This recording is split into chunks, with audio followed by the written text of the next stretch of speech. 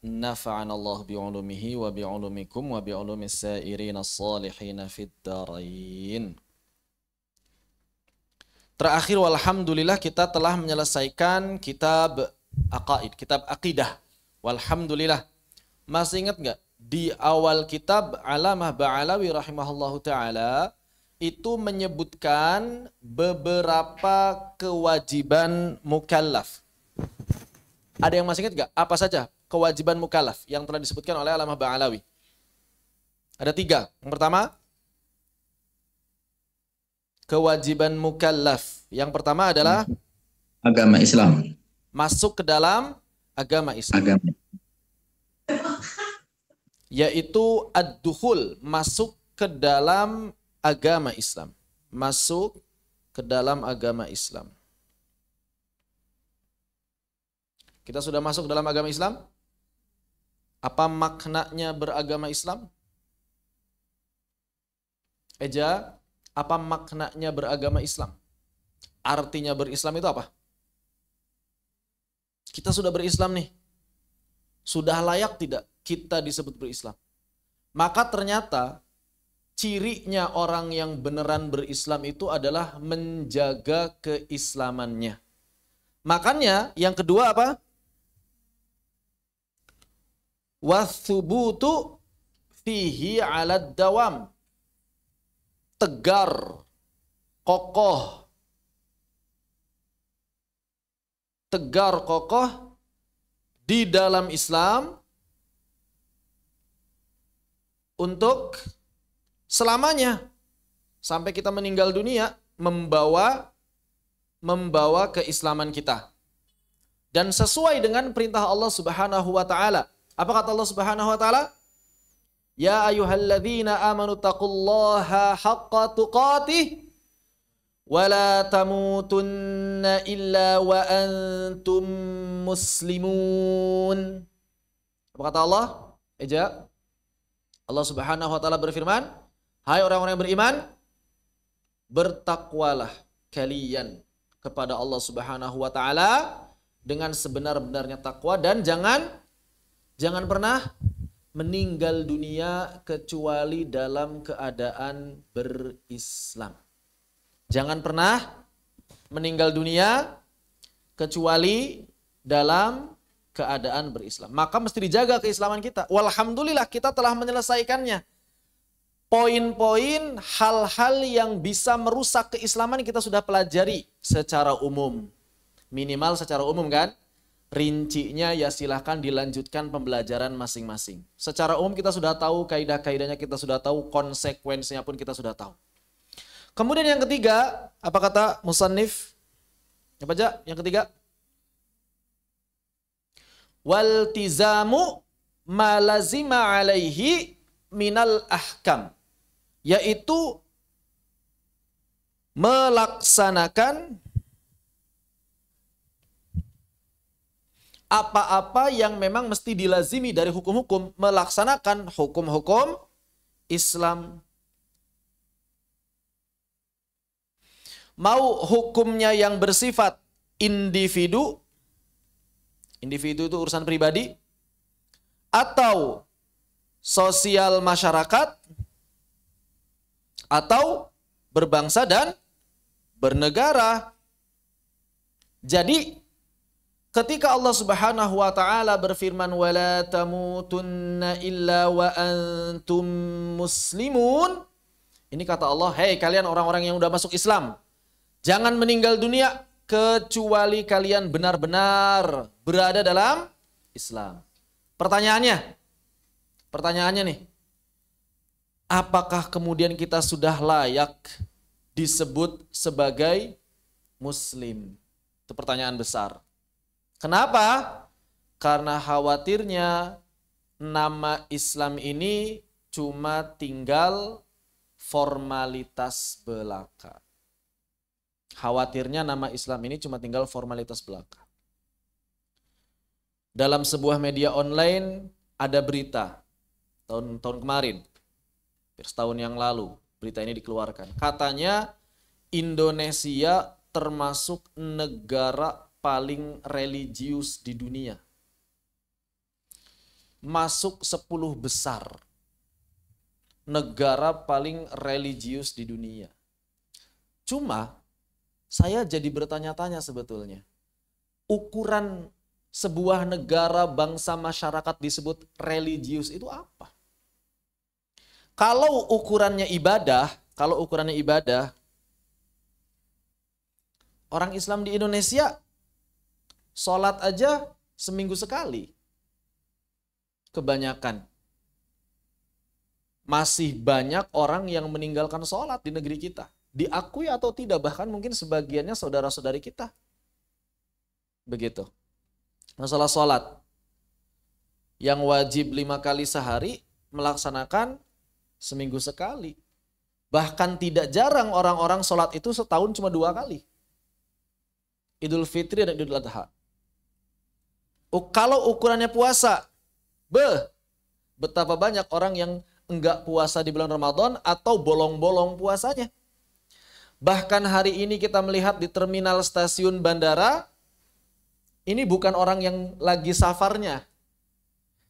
Mudah sekali kita menemukan mereka makan. Enggak usah di tempat yang safar deh. Itu kan husnudzon saat mereka safar. Oke, ke mall deh kalau gitu. Coba ke food court, mall. Betapa banyak orang-orang yang makan dan minum begitu saja. Tidak berpuasa. Ya kalau di terminal mah apa lagi kan? Bapak-bapak sambil tangan kirinya megang rokok, tangan kanannya bawa es teh manis, udah biasa. Ukuran puasa? Enggak ternyata. Ukuran zakat? Berapa banyak kaum muslimin, berapa persen kaum muslimin yang paham zakat selain zakat fitrah? Padahal ada yang lebih ditekankan kewajibannya daripada zakat fitrah. Apa itu? Zakat mal. Betapa banyak orang yang nggak paham zakat mal. Ya kan? Ini kalau ukurannya sholat, puasa, atau zakat. Umroh haji ya udah jarang orang Indonesia yang umroh dan haji kecuali yang mampu. Apalagi haji harus ngantri bertahun-tahun. Ini kalau ukurannya ritual. Mungkin ukurannya bukan ritual. Ya udah apa? Sok. Kejujuran. Yakin orang Indonesia banyak yang jujur? SD, SMP, SMA, kuliah masih sama kebiasaannya apa? Nyontek. Di mana religiusnya? Kebiasaan anak SD nyontek, kebiasaan anak SMP nyontek, kebiasaan anak SMA nyontek. Masih kuliah, udah kuliah pun masih nyontek. Udah kerja, korupsi. Mau korupsi waktu, nilep uang walaupun sedikit. Bahkan belajar korupsi sudah dilakukan ketika sekolah. Beli buku harga 5.000, mintanya 7.000. Begitu kan? Di mana religiusnya? Ini masalah kejujuran. Masalah apa? Kebersihan. Katanya an-nadhafah minal iman. At-thaharah satrul iman. Kebersihan. Betapa banyak tempat-tempat di sekeliling kita yang penuh dengan sampah. Bahkan mungkin kamar kita yang penuh dengan sampah hari ini. Mana Islamnya, mana religiusnya? Kalau berbicara mengenai kebersihan. Kalau kita berbicara mengenai tatanan berbangsa bernegara, pemerintah nggak mau tuh ngamalin syariat Islam sampai sekarang. Mana religiusnya? Makanya aneh, kalau saya sering mendengar, ini bukan hanya di media ya. Orang-orang pun suka banyak yang bilang, masyarakat Indonesia itu terkenal dengan sikapnya yang religius. Dari mana sebetulnya religiusnya? Yang mengerikan khawatirnya adalah kita yang termasuk orang-orang seperti ini, yang ngaku religius, tapi nggak ada religiusnya sama sekali dalam diri kita. Apalagi masyarakat sekitar kita udah biasalah aurat dipampang kemana-mana. Betapa banyak orang hari ini yang mempertontonkan aurat, bahkan bukan hanya kepada tetangganya, tapi kepada seluruh manusia di dunia.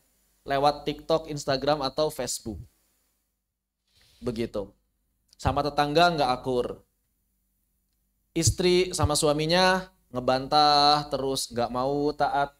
Suami sama istrinya nggak bersikap lemah lembut, kasar, nggak adil. Anak sama orang tuanya durhaka. Orang tua sama anaknya sering mencaci maki. Murid sama gurunya ngelawan. Di mana religiusnya bangsa kita? Coba bayangkan, di mana religius bangsa kita? transaksi sehari-hari riba. Judol udah jadi budaya. Makanya bingung religiusnya di mana. Begitu. Oleh karena itu kita mesti hati-hati, padahal Allah Subhanahu wa taala berfirman, "Wala tamutunna illa wa antum muslimun." Maka khawatirnya kita ini belum dianggap muslim gitu sama Allah Subhanahu wa taala. Itu yang khawatirnya kan? Maka oleh karena itu ketika kemudian kita sudah masuk ke dalam Islam, lalu berusaha kokoh di dalam Islam untuk selamanya, ada lagi konsekuensi berikutnya. Apa? Melaksanakan hukum Islam. Wajib hukumnya. Makanya lagi-lagi saya tekankan. Para pemerintah khususnya, ayo kita mulai tegakkan syariat Islam. Karena menegakkan hukum Islam, itu bukan hanya kewajiban individu dalam masalah ritual ibadah ataupun sosial masyarakat, tapi ada kewajiban lain, yaitu kewajiban menegakkan hudud dan jinayat bagi pemerintah. Wajib hukumnya kalau tidak melaksanakan berdosa, berarti dosa setiap hari selama menjabat. Oleh karena itu perhatikan. Ittaqullah, wahai para penguasa. Bertakwa pada Allah Subhanahu wa taala. Ya usi nafsi wa iyyakum bitaqullah. Faqad fazal muttaqun. Baik.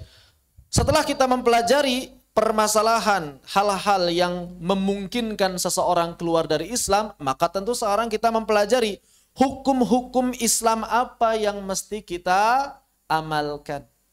Di antara hukum Islam tentu saja kita memulai itu dari individu. Dan di antara konsekuensi paling utama sebagai seorang muslim adalah as-shalah.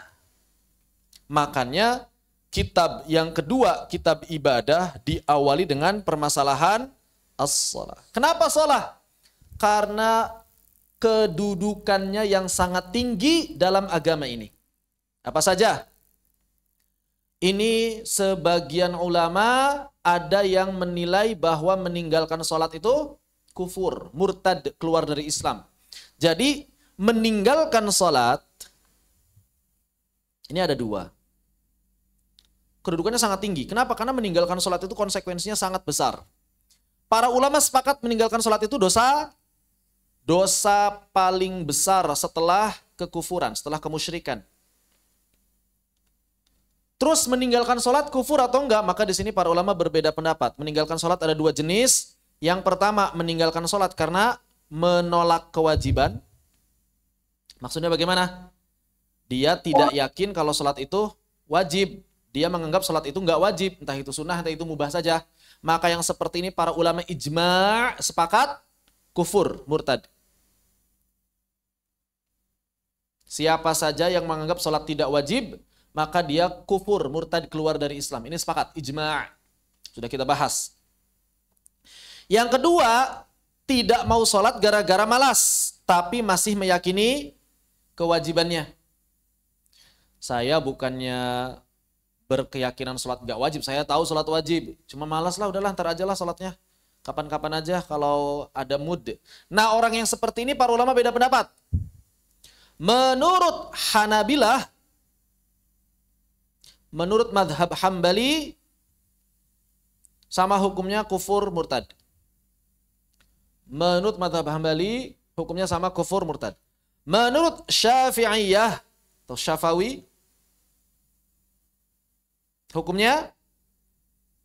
hukumnya mesti istitabah. Tidak murtad, tapi wajib istitabah.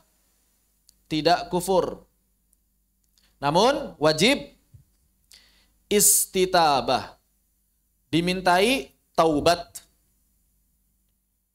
Berarti ditangkap oleh pemerintah, maka ini juga kewajiban pemerintah. Wahai pemerintah, Pak Prabowo, Gibran, jajaran menteri, menteri agama terutama, wali kota, gubernur, bupati, semuanya kalian wajib menangkap orang-orang yang meninggalkan salat. Hukum Islam, kata Allah, berdasarkan kesimpulan yang didapatkan oleh para ulama. Wajib ditangkap. Untuk apa?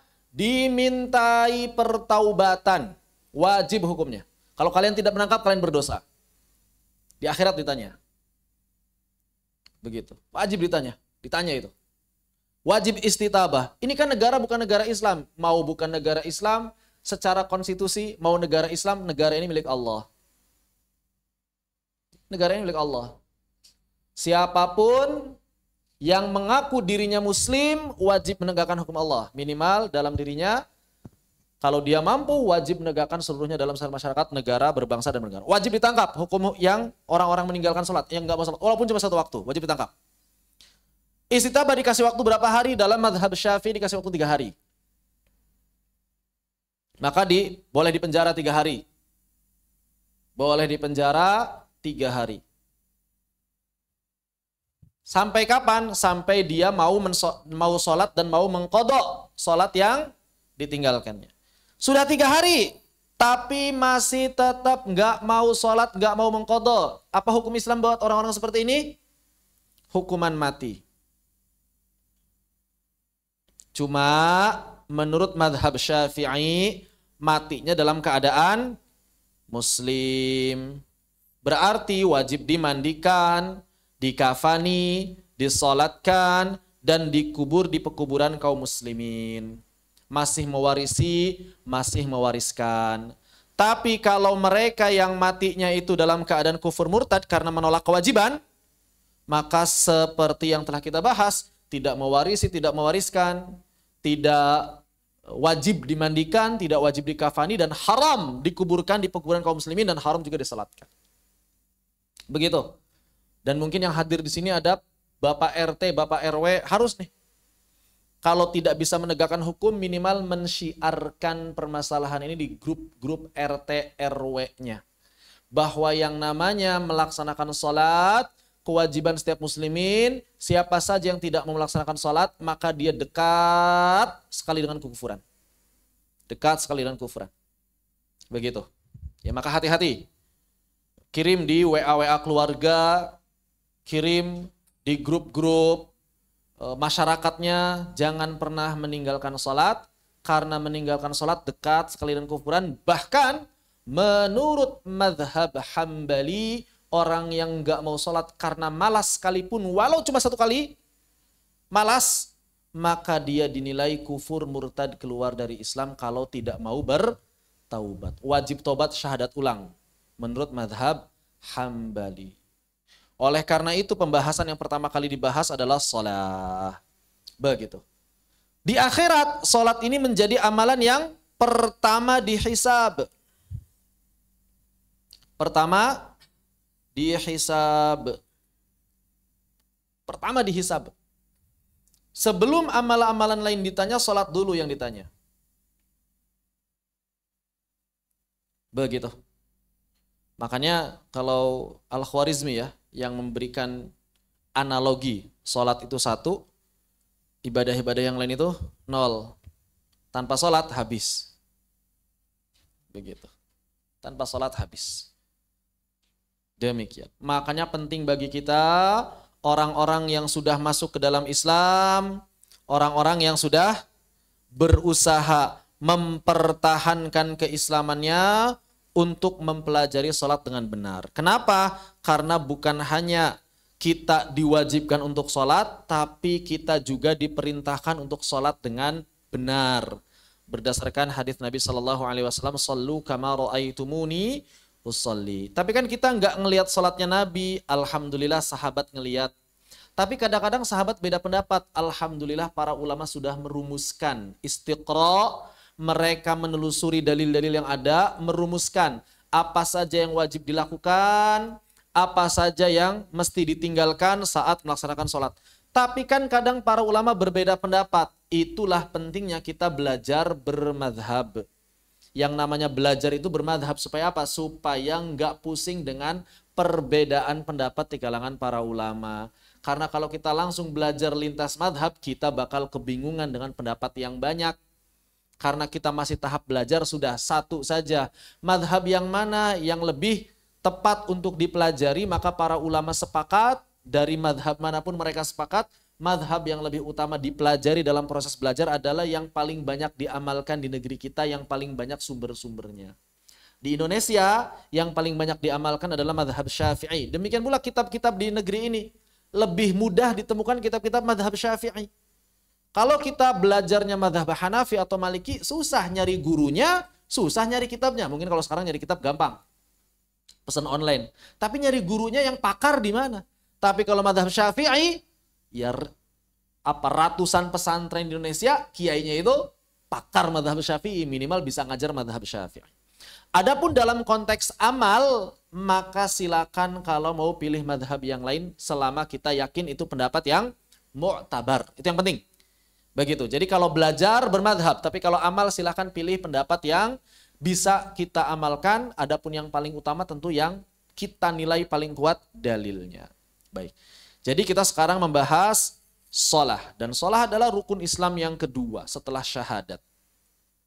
Fasal pertama berbicara mengenai apa? Fi awqatis sholawatil mafruḍah, yaitu waktu-waktu sholat yang diwajibkan. Faminal wajib, dan di antara kewajiban yang dibebankan oleh seorang muslim, apa makna wajib? Makna wajib adalah dikerjakan berpahala, ditinggalkan berdosa. Bahkan tadi sudah kita sampaikan, orang yang meninggalkan sholat bukan hanya berdosa besar, wajib bertaubat. Begitu ya. Apa itu khamsu sholawatin? Yaitu di antara kewajiban yang harus ditunaikan setiap muslimin adalah melaksanakan sholat 5 waktu. 5 waktu, yang wajib itu 5 waktu. Jadi kalau misalnya ada orang yang rajin sholat 5 waktu, itu enggak disebut orang yang soleh-soleh amat sebetulnya. Kenapa? Karena dia melaksanakan kewajiban. Ada orang ngantor. Ngantornya itu jadwal kantornya jam 8 sampai jam 5. Terus dia itu datangnya jam 8 sampai jam 5. Disebut rajin enggak? Enggak, biasa aja. Ya memang begitu kerjaannya.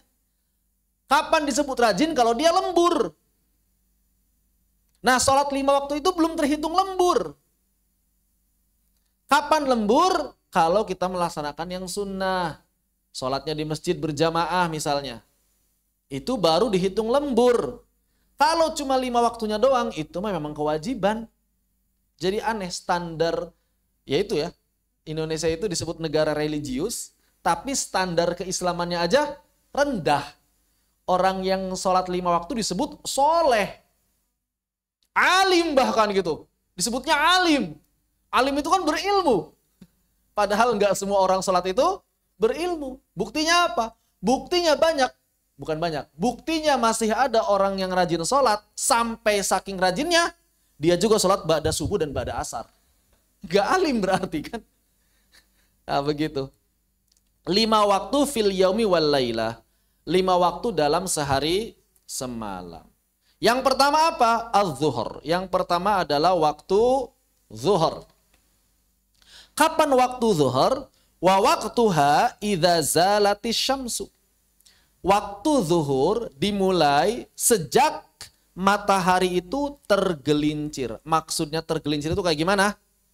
Ae malat an wasatis samai ila jihatil gharbi. Yaitu mulai bergerak. Jadi kalau misalnya ini kita, ibu saya bukan penganut bumi datar ya. Maksudnya bukan bumi datar kan. Ada matahari misalnya begitu. Ini mah bunga matahari ya, nggak apa-apa. Ada matahari tepat, berarti kita kalau misalnya kita di sini, berarti dia tepat di atasnya kan? Ini zuhur belum? Belum. Kalau misalnya di sini timur, di sini barat, maka kapan disebut zuhur? Kalau si matahari ini bergerak ke barat sedikit. Berarti sekitar berapa? Sekitar 4 menit ya. Sekitar 4 menit setelah matahari tepat di atas kepala kita. Karena 1 derajat, gerakan 1 derajat matahari itu 4 menit. Bergerak 1 derajat itu 4 menit. Begitu. Maka itulah disebut zuhur. Tek. Nah, berarti kalau matahari di sini baru dia zuhur. Adapun ketika matahari tepat di atas kepala, justru ini waktu sholat yang terlarang. Begitu. Ila masiri dhilli kulli syai'in mithlahu ghaira dhillil istiwa. Yaitu sampai kapan? Ila masiri dhilli kulli syai'in mithlahu. Sampai bayangan itu menjadi sama panjangnya. Nah, kalau misalnya orang di sini, maka matahari bergerak, misalnya katakanlah matahari bergerak di sini, ya. Maka ketika bayangan itu sama, berarti dia sudah habis waktunya, ghaira dhillil istiwa, ghaira dhillil istiwa. Mana di sini dhillil istiwa? Jadi begini, dhillil istiwa itu adalah yang bayangan yang tepat di bawah kakinya. Itu namanya dhillil istiwa. Enggak dihitung yang tepat di bawah kakinya. Jadi hitung bayangannya adalah dari di luar badannya. Paham nggak maksudnya? Paham kalimat ini? Kalimat ghaira dhillil istiwa itu dihitung panjang bayangannya. Enggak, bayangan nggak begini. Saya salah gambar bayangannya. Kalau bayangan tuh begini nih. Terus kemudian ada dari sini kan? Gini ya. Ini kan kalau bayangan kan? Begitu ya kurang lebih. Nah, di sini kan ada bayangan kan? Nah, itu nggak dihitung. Ngitung panjangnya itu dari setelahnya. Bukan dari di bawah kaki kita. Begitu maksudnya. Begitu maksudnya. Jadi ngitung panjang itu ya. Sebetulnya itu kecil sekali kan?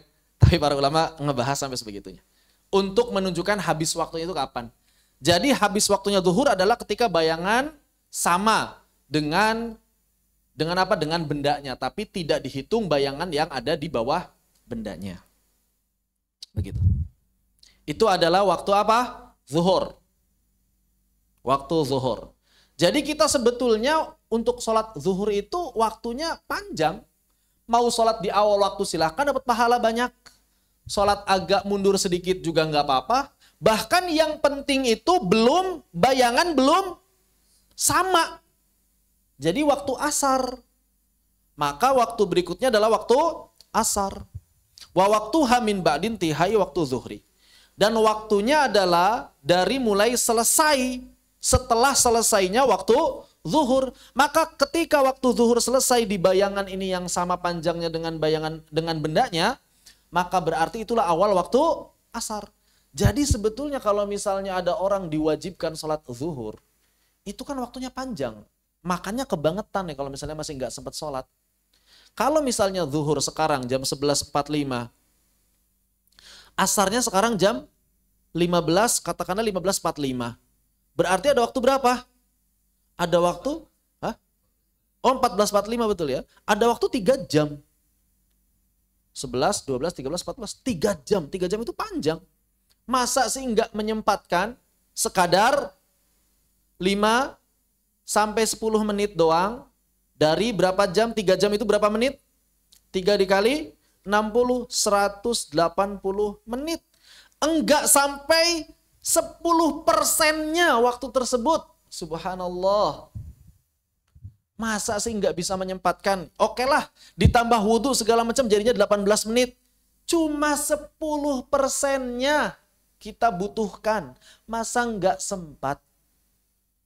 Masa nggak sempat?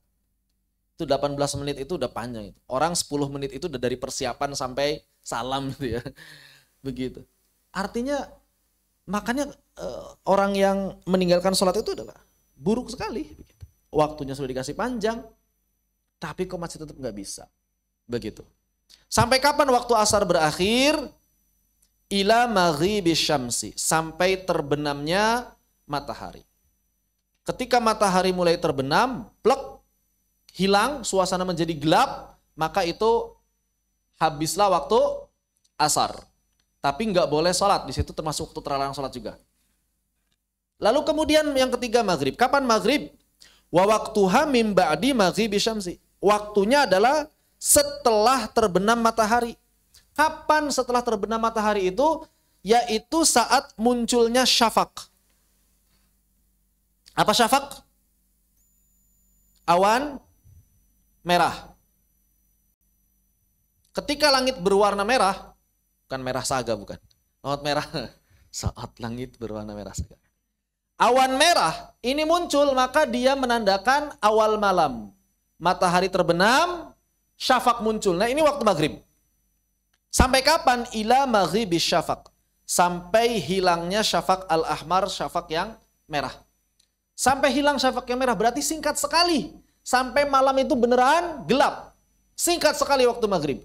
Makanya menurut pendapat Imam Asy-Syafi'i, salah satu pendapatnya Imam Asy-Syafi'i, waktu maghrib itu adalah dari mulai persiapan Dari mulai azan, persiapan, sholat maghrib, ba'diyah, udah.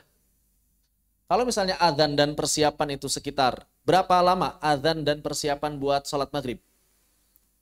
5-10 menit. Katakanlah kita ambil panjangnya aja 10 menit. 10 menit. Sholat maghribnya berapa menit? Katakanlah 10 menit juga. Walaupun jarang sholat maghrib 10 menit. Kemudian zikir sebentar 5 menit. Sholat sunnah 5 menit. Berarti berapa menit totalnya?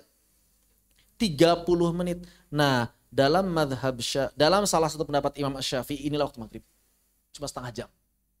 Jadi kalau misalnya maghrib 18.00 katakanlah, berarti sampai 18.30 saja. Makanya saya sering sampaikan, jangan tunda-tunda waktu maghrib, karena menurut salah satu pendapat, waktunya hanya setengah jam saja. Atau paling lama juga 45 menit. Tapi kan ini belum Isya. Enggak. Isya itu bukan penanda akhir maghrib itu. Kadang-kadang Isya kita itu mundur. Apalagi kalau di Saudi. Itu lebih mundur lagi. Terutama kalau lagi puasa. Udah, kalau misalnya khawatir gak sempat, minum aja dulu. Makan dikit dulu, langsung sholat. Kenapa? Karena khawatirnya kelewat. Karena kadang orang kalau buka puasa itu malah sholat itu sudah mepet waktu Isya. Atau yang punya anak yang ngurus anak. Atau yang punya banyak kerjaan di sore hari. Pokoknya kalau maghrib itu jangan berlama-lama. Kenapa? Karena waktunya mepet. Ya paling 30-45 menit saja. Paling 30-45 menit saja. Nggak nyampe sejam. Begitu. Jadi hati-hati di waktu maghrib. Baik. Wal isya'u, kemudian waktu isya, kapan waktunya? Wa waktuha min ba'di tihai waqtil maghrib. Jadi sebetulnya waktu isya itu dimulai sejak hilangnya syafaq sebetulnya. Tapi coba kita lihat, perhatikan. Selesai sholat maghrib, coba nanti kita selesai sholat maghrib, lihat keluar. Itu syafaq udah nggak ada loh. Berarti harusnya itu sudah isya. Tapi tidak kita. Begitu dimundurin, karena terlalu mepet memang. Maka para ulama berijtihad dimundurin. Sampai kapan? Dalam mazhab Syafi'i, sholat isya itu ila tulu'il fajris shadiq, sampai fajar shadiq. Nah ini jadwal isya mazhab Syafi'i panjang sekali. Beda sama Hanabilah. Kalau mazhab Hambali, sampai kapan mazhab Hambali? Sampai tengah malam waktu isyanya. Sampai tengah malam. Lewat tengah malam itu nggak ada waktu sholat. Udah habis waktu sholat. Waktu sholat isya. Tapi dalam mazhab Syafi'i sampai subuh. Makanya di antara kebiasaan mungkin sebagian orang tua kita ada yang masih melakukan kebiasaan ini. Sholat isyanya nanti dimundurin bareng sama tahajud. Ya nggak apa-apa. Yang penting yakin akan bangun. Yang penting yakin akan bangun. Tidak masalah. Nggak berdosa. Kenapa? Karena berkeyakinan akan bangun jauh sebelum subuh. Kenapa? Karena punya kebiasaan bangun jam 3. Ya sudah, nggak apa-apa insya Allah. Nggak apa-apa. Orang yang punya kebiasaan bangun jam 3, maka dia boleh. Bukannya ini ya, kalau misalnya lebih utama, jelas lebih utama salat di awal waktu. Tapi nggak haram begitu. Dia nggak haram tidur dulu, selama punya keyakinan akan bangun sebelum subuh. Nggak haram. Tapi gimana Ustaz? Yang namanya umur kan gak ada yang tahu. Kalau meninggal bagaimana? Dosa nggak? Enggak. Kenapa nggak dosa? Karena dia sudah yakin bangun sebelum subuh. Dan tidak ada niat melalaikan. Jadi orang yang sudah ada niat mau sholat, tidak ada niat melalaikan, itu nggak akan berdosa. Cuma dalam mazhab Syafi'i, kalau keadaannya seperti itu, dibayarkan fidyah. Orang yang tidak sempat sholat dibayarkan fidyah. Tapi dosa enggak, secara hukum tidak terkena dosa. Kapan orang terkena dosa? Kalau dia ada niat tidak mau sholat. Misal jam 11 zuhur, sebelum zuhur. Pengen tidur kenapa tidur? Supaya enggak sholat, dalam hati begitu. Nah ini berdosa. Ngantuk banget, udahlah insya Allah bangun sebelum asar insya Allah. Ya kalau misalnya dia yakin bangun sebelum asar ya enggak apa-apa. Begitu. Tidak masalah. Jadi tidak masalah seseorang tidur, mau mepet waktu sholat, ataupun sudah masuk waktu sholat, selama tidak diniatkan untuk melalaikan sholat, dan yakin akan bangun sebelum waktu sholat habis. Tapi ini jangan dijadikan kebiasaan, Kalau kita masih memungkinkan sholat di awal waktu, apalagi yang laki-laki. Ini kalau perempuan yang mungkin yang seperti ini. Kalau perempuan misalnya mau sholat isya sendirian nggak masalah. Tapi kalau laki-laki nggak. Laki-laki lebih utama tetap berjamaah. Karena dalam mazhab Hambali jamaah itu wajib. Jamaah itu wajib. Dalam mazhab Syafi'i wajib kifayah. Begitu. Dan dalam mazhab Hambali kalau pengen aman ya jangan nunggu tengah malam. Karena dalam mazhab Hambali sudah habis waktu sholat isyanya. Masing-masing ada konsekuensinya. Jadi enakan mazhab Syafi'i dong. Ya di satu sisi enak. Tapi buat wanita yang haid ini kasusnya nanti dalam tanda petik bisa repot. Kalau pakai mazhab Syafi'i. Contoh, misal kasusnya seperti tadi. Misalnya ada orang yang sedang haid. Kemudian sebelum subuh dia ngecek. Ternyata sudah nggak keluar, sudah suci. Pertanyaannya, wajib sholat isya nggak? Dalam mazhab Syafi'i wajib. Karena dia sucinya di waktu isya. Tapi kan baru jam 3 Ustaz. Udah jam 3 Ustaz. Ya kan ente mazhabnya Syafi'i. Jam 3 masih waktu isya. Tapi kalau dia bermadzhab Hambali, misalnya katakanlah misalnya jam 1 atau menjelang tidur lah, jam 11 masih haid. Masih haid. Setengah malamnya setengah 12. Tidurnya bentar lagi deh, ngecek masih haid atau enggak. Setengah 12, habis waktu isya. Masih haid. Sebelum subuh, bangun. Ternyata sudah kering sama sekali. Oh ternyata tadi tinggal sisa tetesan-tetesan doang. Sekarang sudah enggak ada sama sekali bersih. Jadi sebelum tidur dibersihkan, enggak ada sama sekali tuh. Sebelum subuh berarti dia yakin selesai haidnya. Pertanyaannya, hutang sholat isya enggak? Enggak. Kalau dia bermadzhab Hambali. Begitu. Ada konsekuensi masing-masing. Tapi kalau dia bermadzhab Syafi'i, maka sholat maghrib dan isya. Ya, begitu. Nah ini ada konsekuensinya masing-masing. Jadi nggak ada istilah enak nggak enak gitu ya. Nggak ada. Ada konsekuensinya masing-masing. Kemudian wasubhu, kemudian sholat subuh. Wa waktuha min ba'di tihai waktil isya. Dan waktunya adalah setelah selesainya waktu isya. Kapan berarti? Sampai dimulai dari terbitnya fajar shadiq. Di sini para ulama beda pendapat. Yang menurut jadwal kita ini MUI ya, itu di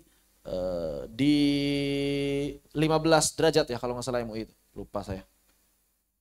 15 atau 16 derajat waktu subuhnya. Intinya para ulama berbeda pendapat kapan kemudian si fajar shadiq itu muncul. Jadi ketika di ketinggian berapa derajat begitu. Para ulama beda pendapat.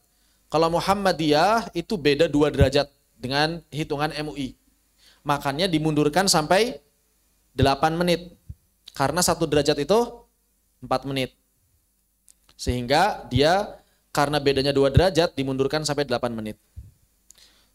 Pendapat yang lain,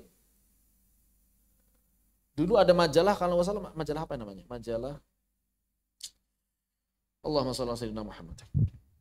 Saya lupa nama majalahnya, majalah apa sih? Nah, di sana ada penelitian lagi yang mengatakan juga oleh ahli fisika yang mengatakan bahwa justru bukan 2 menit bedanya. Tapi 4 menit. 4 menit, bukan 2 derajat tapi 4 derajat. 4 derajat. Sehingga dimundurinnya bukan 8 menit tapi 16 menit. Dari waktu subuh MUI atau Kemenag. Begitu. Nah ini ada pendapat yang lain. Saya pernah tuh ya, nginep di satu ma'had yang menganut subuh ini. Jadi dia azannya bareng dengan yang lain supaya nggak fitnah, supaya nggak terjadi fitnah. Tapi sholatnya lama banget, mundur. Mirip mazhab Hanafi jadinya. Karena dalam mazhab Hanafi sholat subuh itu yang afdal di akhir waktu. Jadi kalau misalnya antum ke Turki, Bangladesh, India, Pakistan, jangan heran kalau misalnya antum datang subuh, kok nunggunya lama banget. Saya juga pernah nginep di Ma'had Jamaah Tabligh Cirebon. Ternyata pakai kebiasaan Hanafiyah. Masya Allah, lama sekali. Setelah qobliyah subuh, ternyata santri, ini kan di Ma'had, ternyata santrinya pada ngafalin Quran dulu di belakang. Kok begini? Nggak langsung qomat gitu, saya bingung. Ternyata nunggu hampir setengah jam lebih malah, bukan hampir setengah jam lebih. Baru kemudian, Eja, baru kemudian dia sholat subuh. Begitu. Ya, baru kemudian sholat subuh. Seperti itu. Jadi beda-beda, ya beda-beda. Nggak apa-apa, cuma hati-hati aja gitu. Jangan kemudian ini sholat subuh lama banget ya, belum. Kalau di Hanafiyah begitu. Sampai kapan? Sampai tulu isyams, sampai matahari terbit. Jadi kalau misalnya ada jam terbit, ya, nah itu terbit awal matahari, begitu. Syuruq di tempat yang lain. Nah, ini menurut, katakanlah menurut kebanyakan ulama atau kebanyakan ahli fatwa kontemporer, ini adalah waktu yang dilarang sholat. Bukan waktunya sholat syuruq. Kenapa? Karena kebanyakan ahli fikih kontemporer sekarang menilai yang namanya sholat syuruq itu awal sholat duha. Kapan awal sholat duha? Yaitu saat matahari setinggi tombak.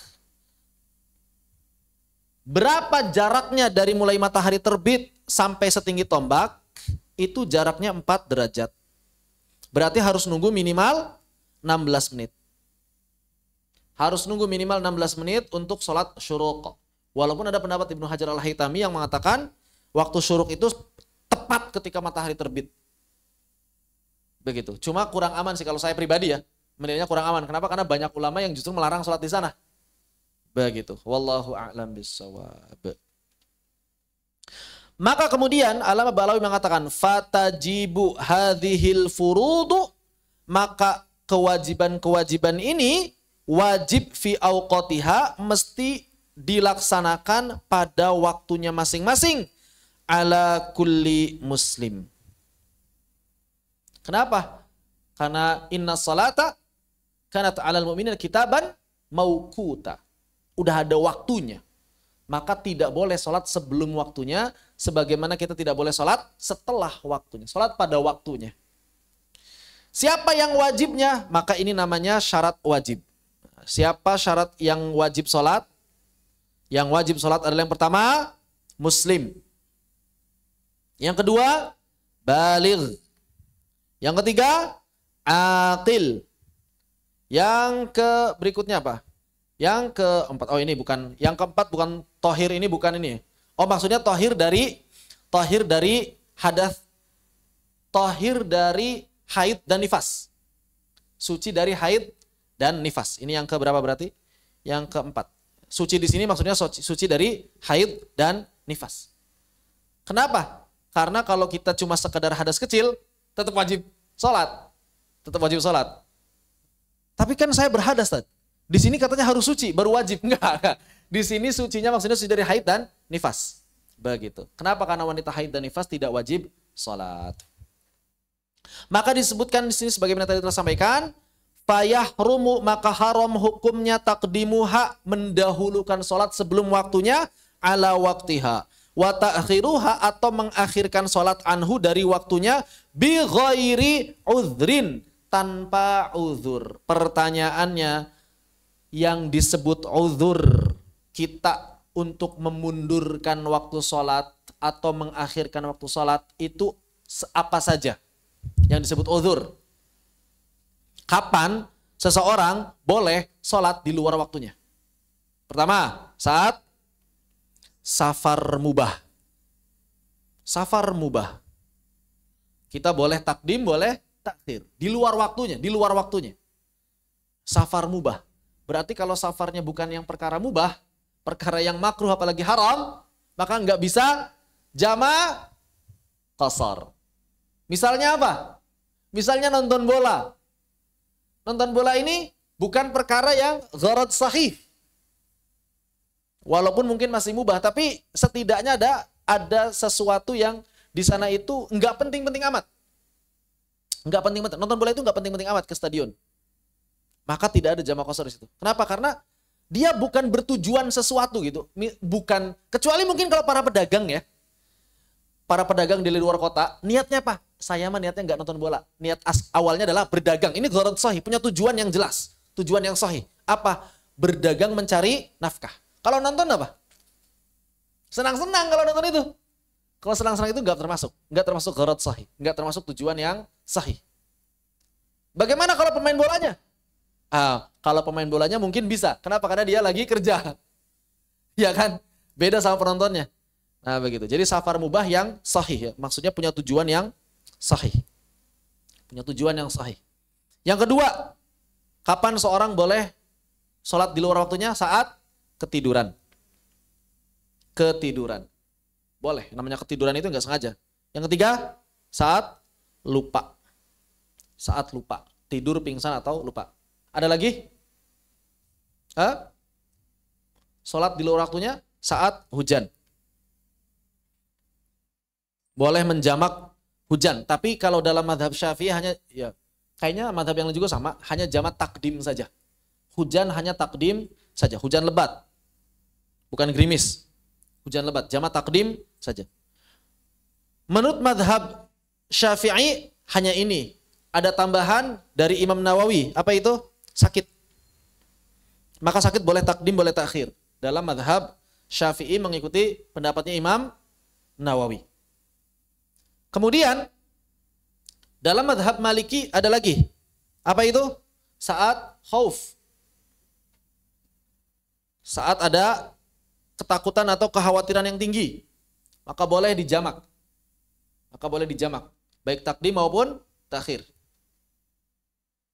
Dalam madhab Hambali paling ringan masalah jamak. Madhab Hambali paling ringan masalah jamak. Apa itu? Pokoknya ada kebutuhan. Hajah. Kebutuhan apapun. Yang penting kebutuhannya sahih. Udah selesai. Berarti kalau misalnya praktikum boleh. Belajar boleh. Macet boleh. Dalam madhab Hambali paling ringan dalam masalah jamak. Cuma jangan dikosor. Kita ngomongin jamak ini ya. Sholat di luar waktunya, bukan meringkas. Kalau meringkas safar. Kalau melingkas safar saja. Begitu. Jadi dalam madhab Hambali, ini Hambali ya. Itu pokoknya kebutuhan apapun. Begitu. Paling mudah dalam masalah jamak. Begitu. Wallahu a'lam. Kalau yang mu'tamad Syafi'i cuma tambahannya tadi hujan. Yang boleh dijamak. Begitu. Wallahu a'lam bissawab. Seperti. Ini baru kita boleh sholat di luar waktunya. Tapi selain ini tidak. Kalau nggak ada kebutuhan ya nggak bisa. Itulah uzur-uzurnya. Fa'in toro'a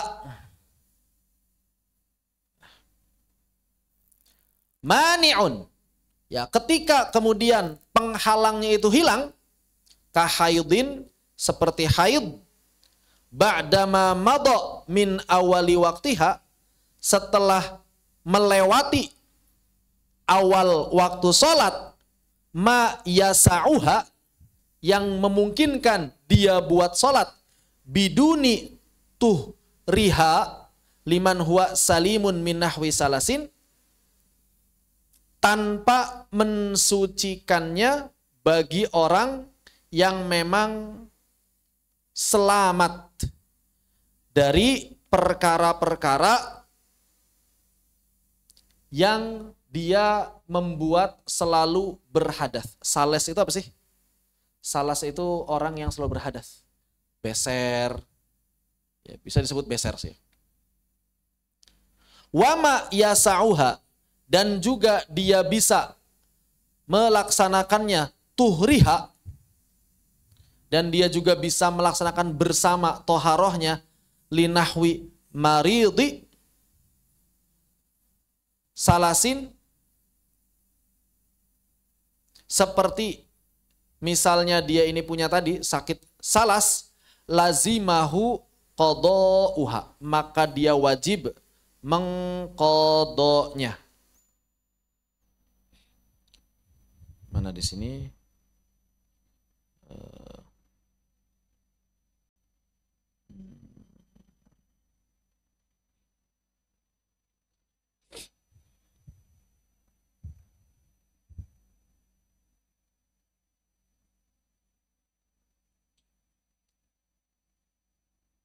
Termasuk di sini salas adalah orang yang wanita yang mustahadah, wanita yang istihadah. Tahu istihadah ya?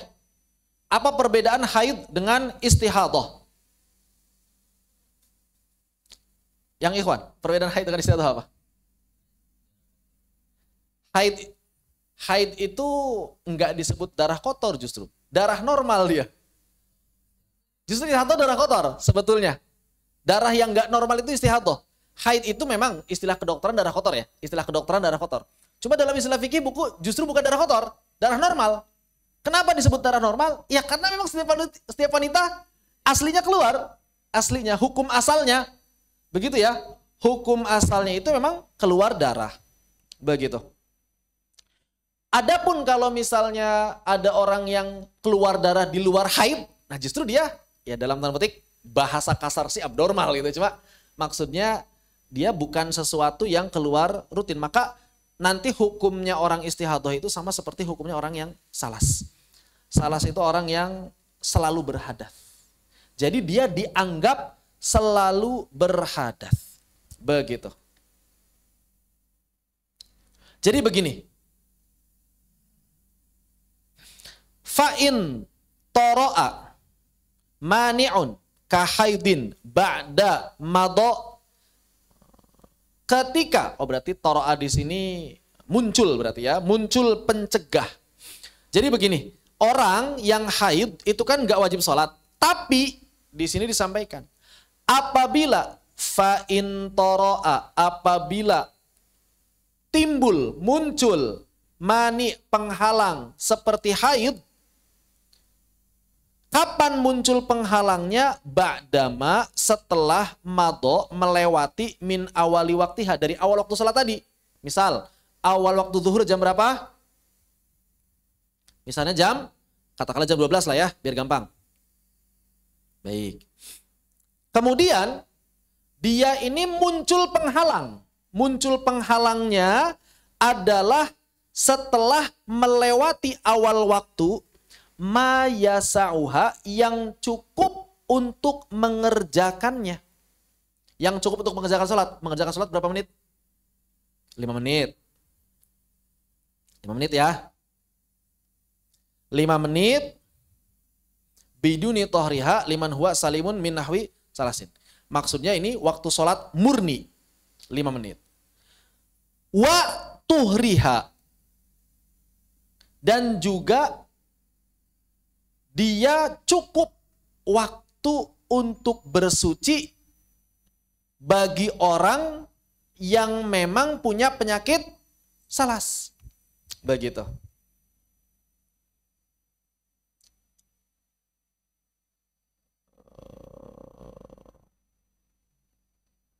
Berarti kalau misalnya begini, jadi begini, ada dua golongan. Ada dua golongan ya. Jadi ada dua golongan. Begini, waktu sholat 12. Kalau misalnya kita orang yang salim, bukan orang yang punya penyakit, maka, bukan kita sih, ini kasusnya perempuan ya. Karena laki-laki kayaknya gak ada mania ya. Misalnya perempuan yang salim, salimah berarti kalau perempuan.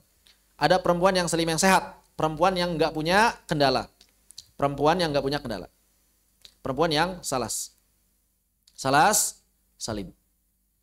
Untuk orang yang salim, perempuan yang salim, kapan saja waktu haidnya itu datang setelah waktu sholat yang cukup untuk mengerjakan sholat, begitu maksudnya. Berapa berarti? 5 menit. Maka kalau haidnya itu datang 5 menit setelah waktu sholat, dia wajib mengqadha. Tapi kalau orang yang salas, haidnya itu yang kalau dia wajib mengqadha apabila datang haidnya adalah setelah waktu sholat, mulai waktu sholat, waktunya yang cukup bagi dia untuk sholat plus bersuci di dalamnya. Berarti bagi orang yang salas berapa kurang lebih? Orang yang salas itu bagaimana? Apa yang harus dilakukan orang yang salas? Yang pertama membersihkan. Yang kedua membersihkan sekaligus dalam tanda petik menyumpal ya. Kemudian wudhu. Kemudian sholat. Kira-kira berapa menit? 15 menit. Nah, kalau haidnya itu datang 15 menit setelah waktu sholat, dia wajib mengqadha. Berarti kalau misalnya zuhur jam 12, Ada orang salas. Baru haid jam 12:05. Wajib mengqadha salat ini enggak? Orang salas. Enggak. Enggak. Kenapa enggak wajib? Karena itu enggak cukup buat dia untuk bersuci dan sholat. 5 menit itu. Tapi kalau dia orang yang salim, 12:05 haid. Wajib mengqadha sholat ini? Wajib. Paham ya? Itu makna kalimat yang tadi. Jadi kalau buat orang yang salim, kapan dia terkena kewajiban mengqadha? Kalau haidnya datang pada waktu setelah awal waktu sholat, sampai waktu dia bisa sholat tanpa toharoh. Begitu ya. Tapi kalau yang salas, waktu sholat datang, kemudian haidnya itu muncul ketika dia selesai, pada waktu dia mampu menyelesaikan toharoh dan sholat. Kenapa? Karena yang namanya orang yang salas atau orang yang istihadah, itu mereka tidak sah toharohnya kecuali dimasuk waktu. Itu masalahnya. Jadi orang yang salas, orang yang istihadah tidak sah toharohnya kecuali selesai masuk waktu sholat. Tapi orang yang salim, dia wudhu sebelum waktu sholat boleh nggak? Boleh. Makanya nggak dihitung toharohnya. Begitu ya? Baik, seperti itu. Yang kedua, nah maka di sini ya, lazimahu qadauha, wajib mengqadanya. Au zalal mani, atau hilangnya mani, hilangnya penghalang. Berarti haidnya itu suci. Wa qad baqiya minal waqti qadru takbiratin lazimat hu. Jadi waktunya sekadar takbir saja. Begitu.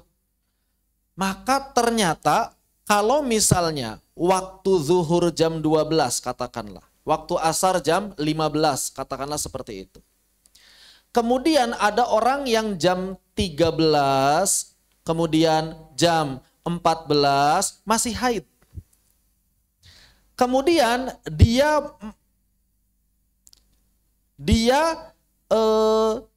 selesai haid itu jam 14, jam 4, waktu takbir, pertanyaannya, takbir itu butuh waktu berapa menit? Takbir itu butuh waktu berapa menit? Nggak nyampe semenit kan ya? Maka berarti kalau misalnya dia selesai haid 14:59, masih wajib sholat zuhur nggak? Masih. Karena yang penting cukup buat takbir. Jadi kalau dia haidnya selesai dan masih ada waktu sholat yang cukup sekadar buat takbir, dia wajib sholat. Tapi kan nggak mungkin sholat saat itu, harus mandi dulu. Ya sudah, mandi dulu, wudhu dulu, habis itu sholat asar dulu boleh? Boleh, sholat asar dulu nggak apa-apa. Nanti zuhurnya berarti diqadha. Begitu maksudnya. Ya, seperti itu. Wallahu ta'ala a'lam.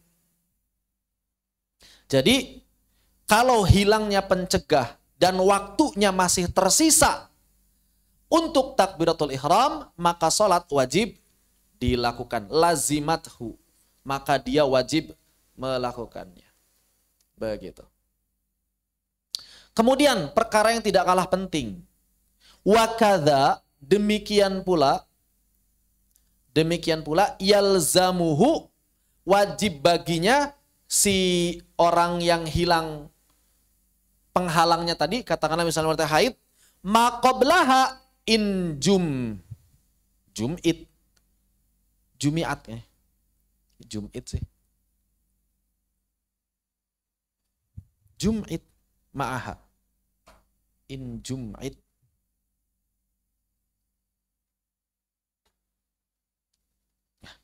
Kan Jum'it, nggak mungkin Jum'it. Apa wazannya Jum'it? Jumi'ah kemungkinan ya. In jumi'at ma'aha. Kalau sholatnya ini bisa dijamak. Kalau sholatnya itu bisa dijamak. Begitu. Jadi, kalau misalnya dia suci di waktu asar, maka dia pun wajib melaksanakan sholat sebelumnya. Sholat apa? zuhur. Kenapa? Karena dia bisa dijamak antara zuhur dengan asar. Nah ini yang sering dilupakan atau banyak yang belum tahu. Jadi kalau misalnya ada wanita haid berhenti suci haidnya di waktu asar, maka dia wajib mengqadha sholat zuhurnya. Kenapa? Karena zuhur dan asar wajib, karena sholat zuhur dan asar bisa dijamak. Maka kapan saja sholat itu bisa dijamak, dia wajib melaksanakan kedua sholat tersebut. Demikian pula kalau misalnya ada perempuan haid selesai di waktu isya, walaupun menjelang subuh, maka dia wajib melaksanakan sholat maghrib dan isya. Kenapa? Karena bisa dijamak. Begitu. Idzam taddatis salamatu minal mawani'i qadran yas'u tahara was shalah. Ini mah idzam taddatis salamatu minal mawani qadran yas'u taharata was shalah.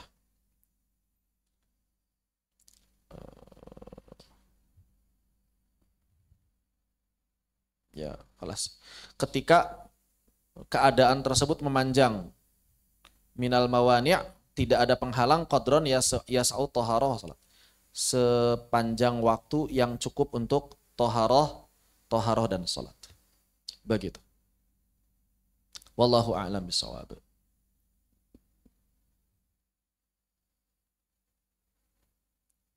Kalau di sini dijelasinnya, famathalan lau balaghas sabiyyu. Nah, ini misalnya di sini dicontohkan nih. Kalau misalnya seorang laki-laki baligh awin qata'al haidu, atau misalnya wanita haid selesai, au afaqal majnun, atau orang gila itu sadar, wal mughma alaihi, demikian pula orang yang pingsan, qabla khuruji waqtil asri, sebelum habisnya waktul asar, bima yasa'u qauluhu Allahu akbar, ya. Dan sebelum habisnya waktu asar dan dia bisa mengucapkan Allahu akbar pada waktu itu, thummam taddatis salamatu, dan kemudian keadaan sadarnya itu berlanjut minal mawani qadra ma yas'u taharata wa shalah, sepanjang waktu dia bisa menyelesaikan toharo dan salat, az-zuhri wa salatil asri wa salatil maghribi, dia itu bisa salat asar, dia bisa salat zuhur, dia bisa salat maghrib bi akhafi mayumkin, dengan salat yang paling ringan, dengan salat yang paling ringan. Wajib alaihi, maka wajib bagi dia ataupun bagi perempuan tadi untuk salat zuhur, kemudian asar, kemudian maghrib. Begitu ya. Salat zuhur, asar, dan maghrib. Begitu. Wallahu a'lam. Berarti ini kasusnya kalau misalnya dia tadi kasusnya itu orang yang gila, misalnya dia gila nih sesaat sebelum maghrib, tapi kesadarannya itu nggak berlanjut, baru beberapa menit gila lagi, yang udah nggak wajib. Salat yang tadi nggak diwajib. Jadi kalaupun dia nanti sadar nggak wajib mengqadha. Kecuali kalau kesadaran itu berlanjut. Berlanjut sampai kapan? Berlanjut sampai qadra ma yasa'u taharata. Gitu. Sampai dia itu bisa salat bisa toharoh, bisa salat zuhur, bisa salat asar, bisa salat maghrib dengan salat yang paling ringan. Jadi dia keadaan sadar, berarti misalnya toharoh berapa menit? 5 menit. Salat zuhur yang paling ringan, ya 5 menit lah. Asar paling ringan, 5 menit. Maghrib paling ringan, 3 menit. Nah berarti kalau misalnya dia sadarnya itu minimal, berapa menit ini? 18 menit, maka dia wajib sholat itu semuanya. Tapi sebelum 18 menit, dia gila lagi, maka nggak wajib. Yang tadi nggak wajib. Jadi dia belum tertimpa kewajiban karena keburu nggak selamat lagi, keburu ada datang penghalang lagi. Tapi kalau wanita haid nggak mungkin begini kan, nggak mungkin haid lagi gitu. Ya kalau haid lagi mah, itu mah berarti masih nyambung gitu kan. Itu maksud kalimat tadi. Kalimat apa? Idzam taddatis salamatu minal mawani qadra yasau taharata wassalat. Begitu. Wallahu a'lam bissawab. Demikian untuk pertemuan kali ini, dipersilakan apabila ada yang ingin ditanyakan.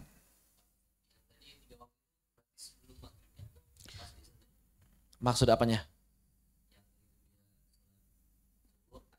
Enggak, kehitungnya itu dia sadarnya tadi, sadarnya itu dari mulai awal sadar, itu dia kalau dihitung-hitung dari awal sadar itu dia bisa toharoh, Dia bisa sholat zuhur, dia bisa sholat asar, dia bisa sholat maghrib.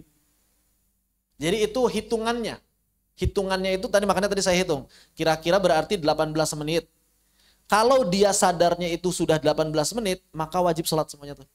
Tapi kalau dia setelah 5 menit, udah gila, sadar. Waduh, saya sadar sekarang.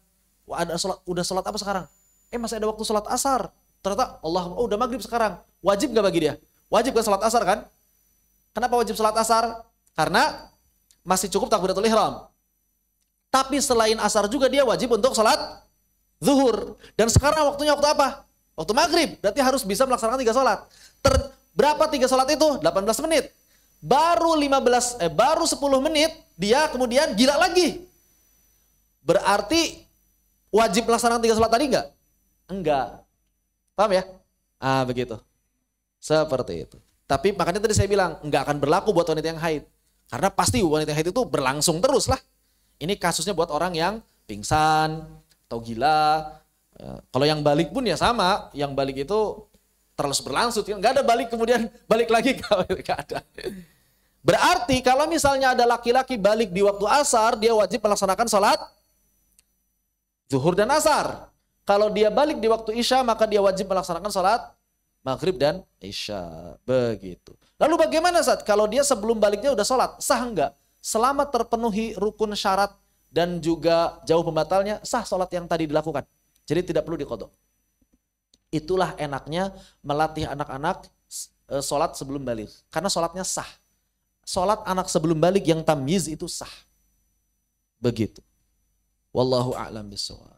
Demikian. Baik, ada yang tanyakan sampai di sini? Dipersilakan. Boleh. Tadi saya ada yang sedikit muskil, Ustaz. Kalau masuknya kayak yang sul-sul baul, Ustaz. Tadi kan kalau masuknya di awal waktu itu kita menghitung mulai dari taharohnya sampai takbir. Iya. Tapi kalau di akhir waktu, kenapa langsung takbir yang dihitung saja? Untuk taharohnya nggak dihitung tadi. Kan sudah masuk waktu sholat. Paham nggak? Orang yang salasul baul itu tidak sah toharoh kecuali di dalam waktu sholat. Akhir sholat itu sudah di dalam waktu sholat belum? Oh iya. Jadi nggak dihitung kan? Yang penting karena sudah di dalam waktu sholat. Kenapa yang di awal nggak dihitung? Karena dia belum boleh toharoh pada saat itu. Iya. Oh iya betul. Baik ya? Yes, pas.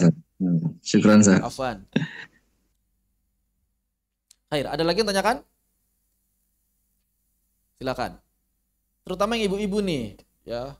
Ini ya masalah gini biasanya di ibu-ibu biasanya. Oh, ini ada. Bentar. Apakah boleh sholat qadha di waktu setelah sholat subuh atau asar? Boleh, sholat qadha itu kapanpun. Ini sudah pernah kita bahas ya. Jadi yang namanya sholat qadha tidak ada waktu yang terlarang untuk melaksanakan sholat qadha kecuali satu. Ada yang masih ingat? Saat kita ikut sholat Jumatan dan khatib sedang khutbah. Itu satu-satunya waktu kita tidak boleh qadha. Sisanya boleh. Bahkan lebih cepat lebih baik. Jadi kalau misalnya kita punya hutang banyak, udah langsung. Waktu kapanpun kita ingat langsung diselesaikan waktu itu juga. Jadi tidak ada larangan untuk melaksanakan sholat qadha. Kecuali tadi satu. Saat kita ikut Jumatan dan khatibnya sedang khutbah Jumat. Bagaimana kalau kita nggak ikut Jumatan lagi safar? Boleh qadha walaupun khatib lagi pada Jumat, tidak masalah. Kita kan nggak ikut Jumatan, kita lagi safar. Silakan qadha sholat. Begitu. Wallahu a'lam bissawab. Seperti itu. Khair, ada yang tanyakan? Cukup? Ya, ini baru pemanasan ini. Memang bahasanya Sulamul Taufik itu ringkas tapi padat sebetulnya. Ini kan masalah waktu tapi banyak sini kesini sana sini sana ini. Karena tujuannya memang untuk memberikan uraian yang istilahnya ya, bahasa yang padat tapi dapat gitu. Begitu ya, wallahu a'lam bissawab. Wallahu a'lam. Demikian yang bisa disampaikan dalam kesempatan kali ini. Insya Allah nanti kita akan maju ke bagian berikutnya. Termasuk nanti ada bab meninggalkan sholat dibahas sedikit di sini. Allahumma salli afdalas salati ala as'adi makhluqatika sayyidina Muhammad wa ala آله وصحبه وسلم عدد معلوماتك ومداد كلماتك كلما ذكرك ذاكرون وغفل عن ذكرك الغافلون سبحانك اللهم بحمدك أشهد أن لا إله إلا أنت أستغفرك وأتوب إليك بسم الله الرحمن الرحيم والعصر إن الإنسان لفي خسر إلا الذين آمنوا وعملوا الصالحات وتواصوا بالحق وتواصوا بالصبر السلام عليكم ورحمة الله وبركاته Waalaikumsalam warahmatullahi wabarakatuh. Jazakumullah khairan Ustaz. وجزاكم الله خير وبارك الله فيك